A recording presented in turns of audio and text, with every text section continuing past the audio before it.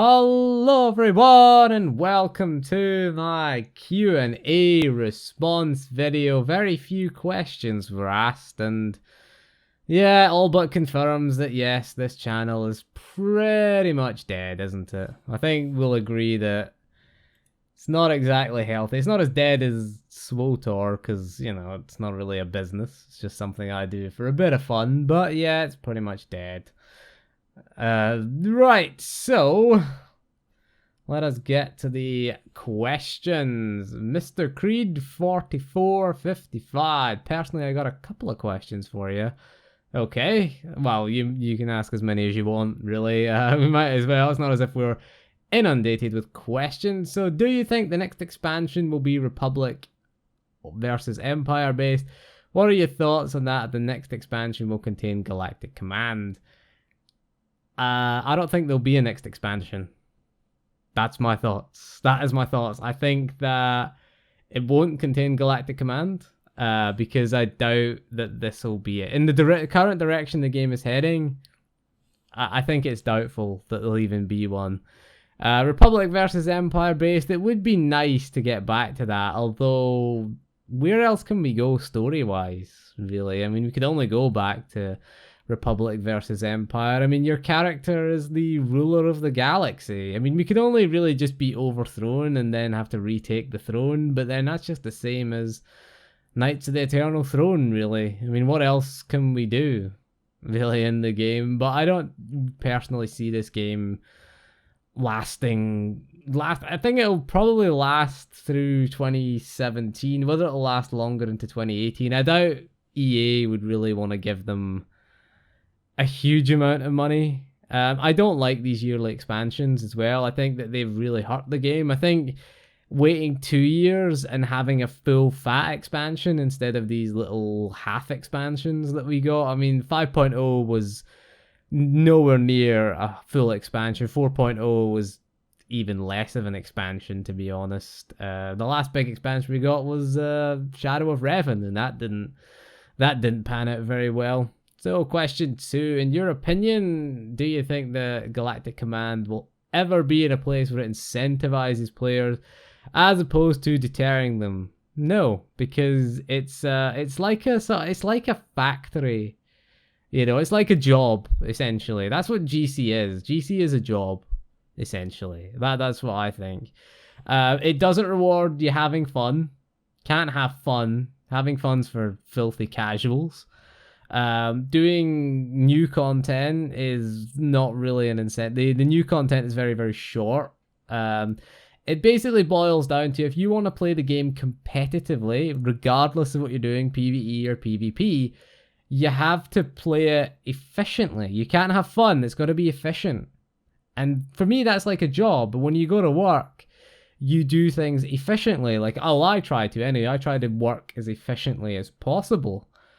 And that's what Galactic Command is. It just drives efficiency. Like, there's the two best methods of gaining CXP are farming Chapter 2 or doing Black Talon Veteran. Depending on your gear. If you have no gear, you can do Black Talon Veteran. It's fairly easy because you get level synced. You can run that as many times as you want, and you get quite a decent amount. I think you get about 4k per run. Chapter 2 Veteran mode, you get 3.7k per run, but you can do more runs per hour, and I think you get 4.2k per run from Master. If you've got the gear to do Master, then you can do that. But yeah, there's no real incentive, really. I mean, the Tier 4 is going to drop, or is it? Yeah, Tier 4 is going to drop. All blue pieces are going to have set bonuses, but bear in mind, Tier 4 is only going to be available at level 300. It's still a long grind to get there. But I don't think it incentivizes you. It doesn't incentivize you to do a variety of content. Why would you do that? I mean, just repeat the same content. It's more efficient. Again, it's just efficiency. Doing an operation is not efficient. It's not efficient. The time it takes you to gather people, time it takes to get into that operation, and the time it takes to complete, you could have ran Chapter 2 about 4 or 5 times. And you would have got more command XP. And then leveling up the Galactic Command, because of the RNG factor, you could get nothing. I went from 34 to 44 and disintegrated everything. 10 levels, just disintegrating stuff. There was no upgrades in that. Nothing that I could use. It was all 228 green gear, and I have 230 gear. So I don't want it. I don't need it. Right, question 3. What are your thoughts on people wanting to fire Ben Irvine as lead producer for Bioware? Austin. Yeah, I think my thoughts are Ben Irvine, yes, he should be fired. But not just Ben. I don't think it's just Ben's fault. Right. The whole team should go. I think, I watched an episode of The Apprentice where Donald Trump fired the entire team. Maybe that's who we need in charge. Maybe Donald Trump makes SWTOR great again. Partition Donald Trump. There you go, Americans. Partition them. Partition the president. President Trump, he can make SWTOR great again. Just fire the whole team. Start again. There you go. That's my thoughts on that. Number 4 is, how do you feel about SWTOR Central's video about recommending SWTOR to other people? Would you yourself recommend this game to new players? I haven't seen that video. I don't really watch that much YouTubers, to be honest. I don't really watch much SWTOR. I don't even go to SWTOR.com anymore. I used to go there and like read the forums for a laugh sometimes, but the forums have been kind of dead. I don't really follow SWTOR very much right now, so I've not really been I haven't really been paying attention to what's going on in SWTOR or with the community or anything like that. I haven't really been doing that. Been focusing on other things. Been doing time splitters and been doing Haze. Been playing that. Jesus Christ, that's gonna be a fun video on Haze. So recommending SWTOR to new players. Well, yeah, I recommending it to new players is fine. Just don't do the end game. Don't stay for the end game. If you're a new player in SWTOR, yeah, by all means. It's not a bad game. The leveling experience is pretty good. The stories are pretty nice. The class stories are nice. Until you get to the expansions. But yeah, I mean, if you're a new player, there's quite a lot to see and do if you're a new player. But when you get to max level, there's not a lot in it. There's not a lot there, but there is sort of plenty of content. You could do the story mode operations if you wanted to see. Well, it's not a very good taste of how raiding is, really, doing story mode operations. Half the mechanics are missing, and the 4.0 they took out a lot of those mechanics. So I would suggest, yeah, you could go and check out all the operations in story mode. You don't need any gear. You get bolstered, so yeah, there's plenty for new players to do, but I wouldn't stick around long term. That's my feelings about recommending SWTOR to new players. I just think that, yep, there's a lot to see there if you're a new player. And with a lot of MMOs that have been around a while, there's plenty for new players to do in an old MMO if you're a new player, but it's for the people that have been around since launch that, we're the people that's struggling to find something to do. And don't maybe suggest not listening to a lot of people that have been around since launch and complaining. Check it out for yourself is what I would say. But yeah, there's plenty of content there. There's plenty of good stuff there. All right, so we got the next question from Darth Colatus. I'm going to call you Darth Colatus. I don't know if that's how you say it. Who asks, do you have any nostalgia left for SWTOR concerning the times before the stupid expansions? I do, but it isn't enough to keep me playing, and I feel pretty much the same, really. I did do a video for the 5th anniversary where I put all my screenshots up and just put all the screenshots up, and they were good memories, and I do have nostalgia. I mean, I do watch that video occasionally.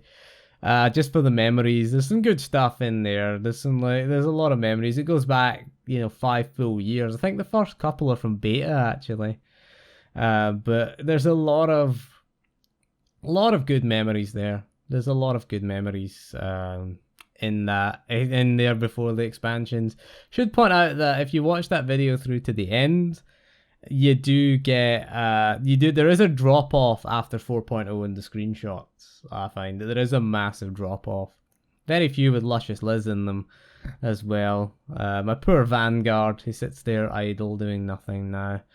Right, so we'll move on to the next question. It's from Ken Sugalski. I was gonna call you Ken.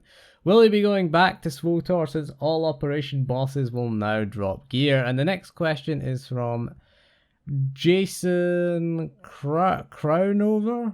I don't know. Cronover. I don't know how you say it. I can call you Jason. Just Jace. Just call you Jace. There you go. Right. They're very similar questions. 5.0, 5.2 regarding. With recent news regarding 5.2, do you think Bioware are making these changes because they know they fucked up and want to help, or because they know their game would die without them? What do I think of the changes? So basically, they're two similar questions. So we'll answer both of them together. Nah, I don't think we'll be going back. I think we'll go back when 5.2 comes out. We'll see Tithe. I want to see the new boss at least. But yeah, the problem is having all the ops drop gear is just not enough because they're all the same ops that you've done 100 times. I think that's the problem. I think you're just bummed out. Just bummed out on raiding at the moment. Just totally bummed out on them. But yeah, we could go back with all the bosses dropping gear. I think it's too late. Yes, they are making the changes because they fucked up. I think, yeah, they did. I think they've realized that subscribers are falling. And if you look at their actions recently, you know, putting loot back on bosses in 5.2, you look at all the changes that they're making to Galactic Command with the XP boost thing and the CXP boost and the XP boost. And 5.2 putting the loot back on, and the direct sale of the the Defiant, one of the it was one of the lightsabers. I can't remember. It was Unstable Arbiters or Defiant Vented one. I'm gonna look that up right now. So it's not even in my recently visited pages. So where is it? Unstable Arbiters lightsaber direct sale, 7,600 cartel coins. Now, how much is that gonna cost me in dollars? Only shows you the price in Trump dollars because Bioware are racist. Maybe Trump should run Bioware. There you go, Trump for Bioware Austin. There you go. Get Donald Trump in, he'll sort them out. He'll just build a wall. Build a wall around the around Coruscant maybe, or something like that. Maybe that's what he'll do. So 5,500 cartel coins is $40, which is not enough. So you're gonna have to buy 2,400, which is $60. Jesus. So 2,000, yeah, that takes you to 7,009. Yeah, you're gonna have a bit of change left over, but Jesus, $60 for a lightsaber. Now, I will ask you, does that sound like a game that's healthy to you? All of those changes that we mentioned, $60 item added to the cartel market. Does that sound like a game that's healthy financially? I don't think so. We haven't seen the Q4 results, which will be quite key. I saw the Q3 results, and revenue was down $1 million. So basically, Dark versus Light and 4.0 kind of failed, really. I think that's what you could draw. Q3 was the period until, I think it was December, from sort of August to December. They had, well, I mean, it definitely covered October and November because they had Battlefield 1 and Titanfall 2 sales in that. It's a long report. It's buried somewhere deep in the report there, the report that EA made to their investors. I did read it a while ago, but revenue for SWTOR was down $1 million. They mentioned Battlefront and they mentioned Star Wars Galaxy of Heroes was doing well, but they did mention SWTOR's revenue had dropped $1 million. That's quite significant. If you think about how much a subscription is, it's $15 a month. So say 3 months is what, $45 per player, you could argue, if people left for 3 months. So you can work that out as to how many subscribers they lost. Now, not all of that is coming from subscribers, of course, because there is a cartel market there, so it's very, very difficult to actually gauge. But yeah, $60. $60 60 Trump dollars for a lightsaber. Ooh, doesn't seem like a game that's healthy. I'll put it this way. You could buy Mass Effect Andromeda, or you could buy that lightsaber. Because, you know, a new game will cost you like $60. Yeah, I think I'll buy Mass Effect Andromeda. Thank you. I think I'll have that, Bioware. What you're saying, Bioware, is I have a choice. I could buy a lightsaber, or I could buy Mass Effect. Okay.